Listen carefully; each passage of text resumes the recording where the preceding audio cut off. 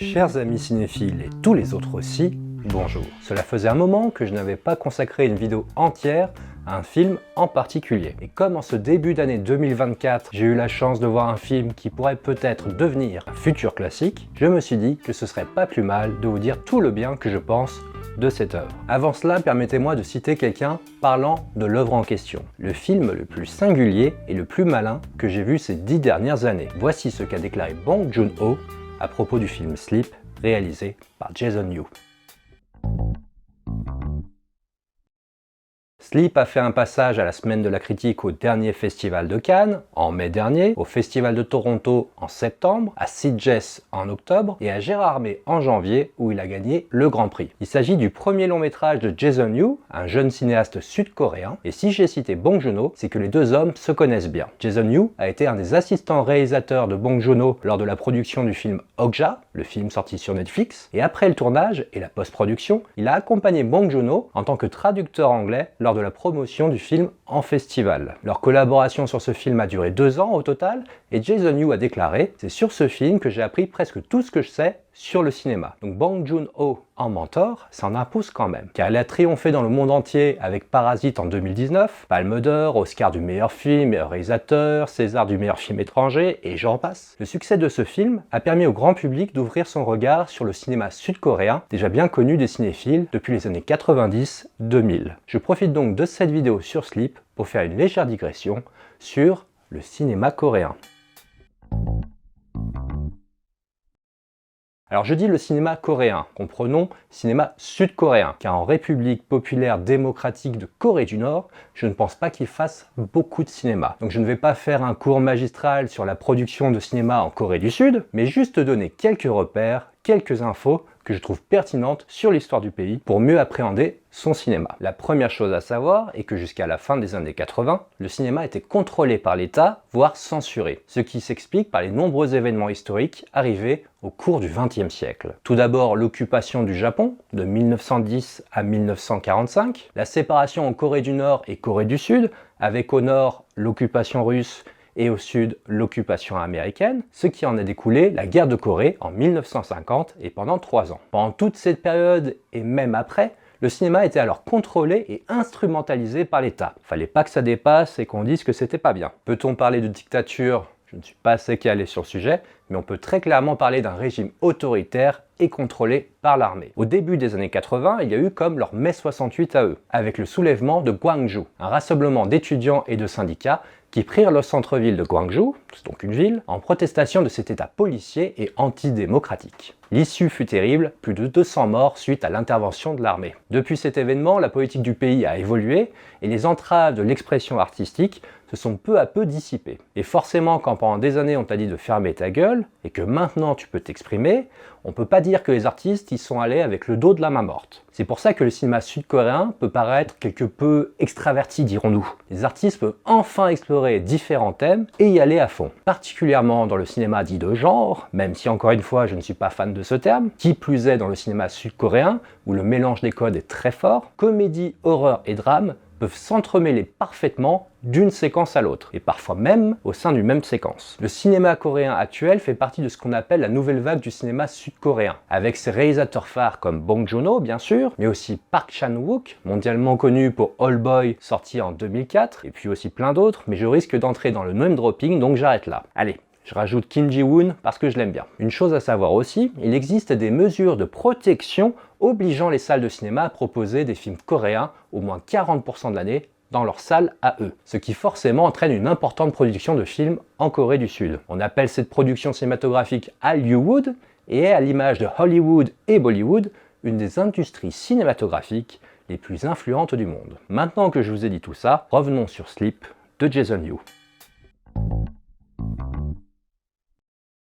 Soo-jin et Yeon-soo sont un couple marié habitant dans une grande ville coréenne. Soo-jin travaille dans une grande entreprise et Yeon-soo est un acteur qui peine à trouver des rôles importants. Ils sont heureux et complices, ils s'apprêtent à accueillir leur premier enfant. Mais un jour, Yeon-soo commence à faire du somnambulisme et le quotidien du couple va être bouleversé par ces crises car leurs ampleurs vont être de plus en plus dramatique. La devise de ce couple est clouée sur le mur. Je ne sais pas si c'est un truc culturel. Ensemble, nous traverserons tout, ou quelque chose s'en approchant. Je n'ai pas les mots exacts. Soo-jin et Yeon-soo forment un couple uni qui prend soin de l'autre. Dans l'exposition du film, leur complicité est montrée par des petits gestes anodins. Puis claque sur les fesses pour celui qui ronfle, aller chercher Soo-jin à son travail, regarder ensemble le dernier rôle de Yeon-soo à la télé, des petits moments de la vie d'un couple. Et on va pas se mentir, ils sont très mignons tous les deux. Pour ceux qui ne le savent pas, nous sommes dans un film d'épouvante. Donc les différents calvaires que vont affronter le couple vont forcément nous impacter. Comme je dis souvent, si on se fiche des victimes dans un film à frisson, c'est raté. Ici, nous savons qui ils sont et on leur souhaite vraiment aucun mal. Donc la cible parfaite pour ce genre de film. Leurs problèmes vont être amenés graduellement, une porte laissée ouverte, des démangeaisons, la grosse dalle pendant la nuit, et plus encore que je n'ose pas vous révéler pour ne pas gâcher votre expérience. Ils vont trouver des solutions pratiques à chaque problème, se tourner vers la médecine,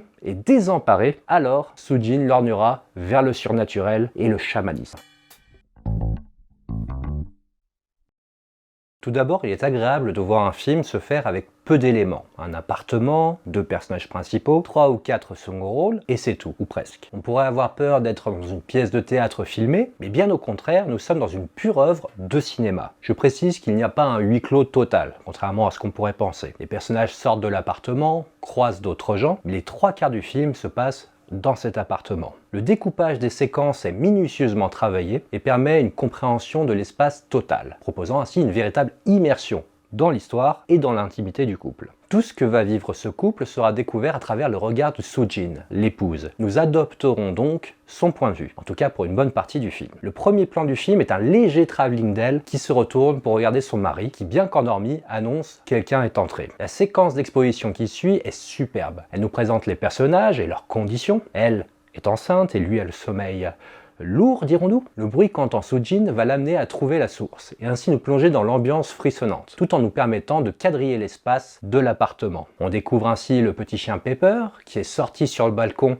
à cause d'une pantoufle bloquant la porte vitrée, pour finir sur le plan d'une pantoufle tombant du pied de Yeon-soo. Tout est annoncé dans cette première séquence. Les personnages, l'espace, les enjeux, et on va même placer un fusil de Tchekhov. Pour ceux qui l'ignorent, un fusil de Tchekhov, c'est un objet qui est montré en début de récit qui aura une importance bien plus tard. Le film est composé de 3 chapitres qu'on pourrait vulgairement appeler introduction, action, conclusion. Mais en réalité, ces chapitres marquent de nouveaux enjeux dans le couple ainsi que le basculement mental des personnages. Tout est graduel dans le film. Le somnambulisme de Yeon-soo est tout d'abord une situation, une gêne, puis un véritable problème avant de devenir un danger. Ce sont d'abord des petites choses bizarres, des portes laissées ouvertes, des griffures inquiétantes, des fringales nocturnes préoccupantes, et ainsi de suite. À chaque situation, le couple essaie de trouver une solution ensemble. Une cloche à la porte, des maniques sur les mains pour ne pas se griffer, un sac de couchage pour éviter de se lever. Le couple fait d'abord confiance à la médecine qui diagnostique chez Yeon-soo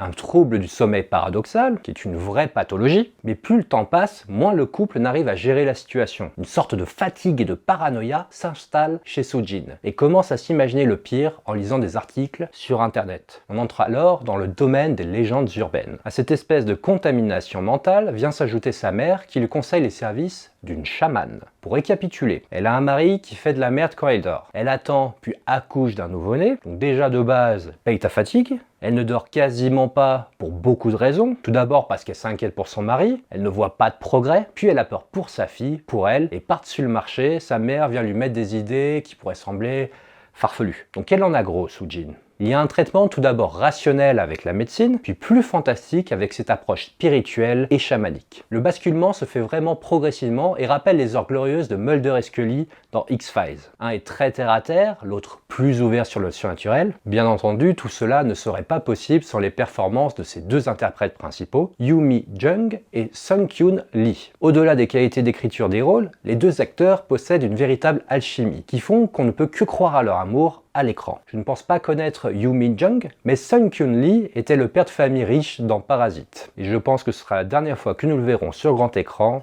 car il a mis fin à ses jours à la fin de l'année 2023, et par ailleurs, le film lui est dédié. C'est pour toutes ces raisons que j'aime ce film. Il est urbain mais intimiste, terrifiant mais plein d'amour, et il est surtout maîtrisé de bout en bout. Je parlais du cinéma sud-coréen tout à l'heure, car souvent il y a un numéro d'équilibriste, car il serait très facile de tomber dans le too much ou le risible. C'est une chose que j'ai remarqué, on est souvent sur le fil, sans jamais franchir la ligne. Tout est judicieusement équilibré, et Sleep ne fait pas exception à la règle. Pour être honnête avec vous, et ce n'est vraiment pas pour vendre le film, mais je ne trouve aucun reproche à faire à ce film. Tout me plaît dedans. Et ça, c'est assez rare pour le souligner. Nous arrivons au terme de cette critique, j'espère que vous calerez une séance de Sleep dans votre agenda. N'hésitez pas à vous abonner, à liker, à partager la vidéo, et nous on se retrouve très vite. Le bisou de la bonne nuit.